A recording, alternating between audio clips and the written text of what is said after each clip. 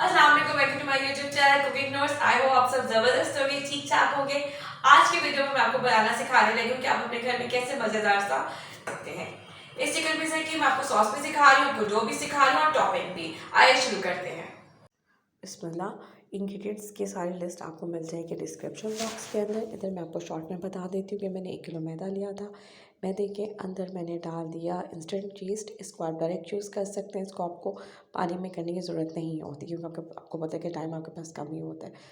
तो यीस्ट डाला, उसके बाद मिल्क पाउडर डाला मैंने, इसके अंदर सॉल्ट डाला, शुगर डाली और मैं इसके अंदर गार्लिक पाउडर डाला। जी हाँ, बिल्कुल आपने सही सुना, इससे आपकी डो कमाल की बनती है और ये हर कोई आपको नहीं बताएगा और ना ही हर कोई इसको बना पाता है, ठीक है। और एक अंडा लगाएंगे तो इससे ये सॉफ्ट बनती है।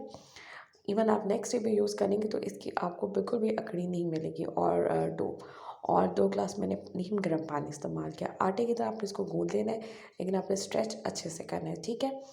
और उसके बाद मैंने इसको एक बाउल में हल्का सा ऑयल लगा के रख दिया। तकरीबन 40 मिनट्स में ये राइस हो गई और उसके साथ ही जितनी देर में ये राइस हुई, मैंने इसका चिकन मैरिनेट कर लिया। इसमें तिक्का मसाला, मैंने हल्की सी हल्दी, लाल मिर्च पाउडर और नमक डाल दिया। उसके बाद मैं टमाटरों की जो है सॉस बनानी थी, वो भी मैंने तैयार की। और मैंने ये दोनों चीज़ें साथ-साथ की ताकि आपको आइडिया हो जाए कि आप कैसे मैनेज करेंगे।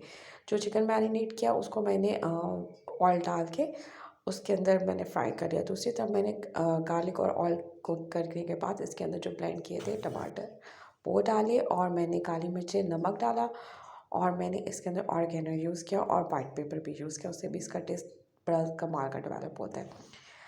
मेरा मकसद है कि आप सारी चीज़ें नोट करें और कितनी आसानी के साथ ये चीज़ें इकट्ठे मैनेज हो सकती है। मुश्किल कुछ भी नहीं है। और पेपरिका पाउडर मैंने कुछ देर के बाद डाला था, 5 मिनट के बाद, ताकि उसको एक अच्छा रेड कलर मिले। उतनी देर में मेरी डो भी राइस हो गई और आप देखिए कितनी डबल हो चुकी हुई है। इसको पंच ज़रूर करते हैं ताकि इसकी हवा निकल जाए। उसके बाद हमने इसको रोटी की तरह तो नहीं, लेकिन बड़ी हम बनाते हैं डो। मैंने 2 लार्ज पिज़्ज़ा बनाए थे, इसलिए 2 डिवाइड किया। अगर आप मीडियम करना चाहेंगे तो आप इनको 2 की जगह 4 हिस्सों में तक़सीम कर देंगे। और क्योंकि डो मेरी बहुत अच्छी थी, शुक्र अल्हम्दुलिल्लाह, तो मैंने इसको ज़्यादा मुझे रोल करने की ज़रूरत नहीं पड़ी। आसानी से हो गया। आप 1 से एक दफ़ा बनाएँगे, आपको खुद ही आइडिया हो जाएगा कि इसको मैनेज करना इतना मुश्किल कुछ नहीं होता। हल्की सी मैंने इसको कर दिया कि ताकि ये बैलेंस हो जाए। और उसके बाद मैंने इसको मोल्ड को लिया पिज़्ज़ा, ठीक है।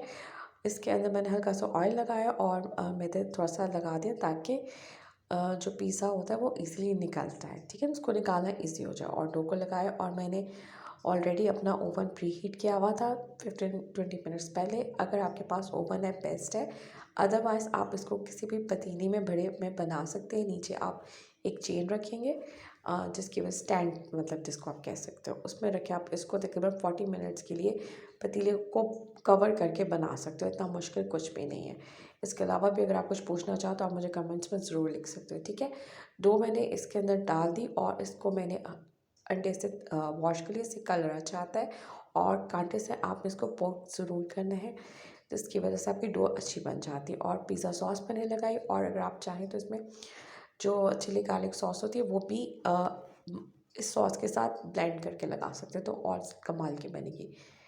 चिकन डालें और ग्रेट किया हुआ चीज़ भी डलता है, लेकिन अगर आप ऐसे चंक्स डालेंगे तो इसका टेस्ट बहुत ही मज़े का लगता है। और मैंने अपना एक पिज़्ज़ा बना लिया था, ये वाला, ये बड़ा कमाल का और बड़ा सॉफ्ट बना था। और दूसरे को मैंने थोड़ा सा कलर डाल के और येलोइश कर दिया। आप ज़रूर बनाएं, ट्राई करें। आसान है, मुश्किल नहीं है, मुश्किल बिल्कुल। तो इसको आपने बस ज़रूर ट्राई करना है और सब्सक्राइब भी ज़रूर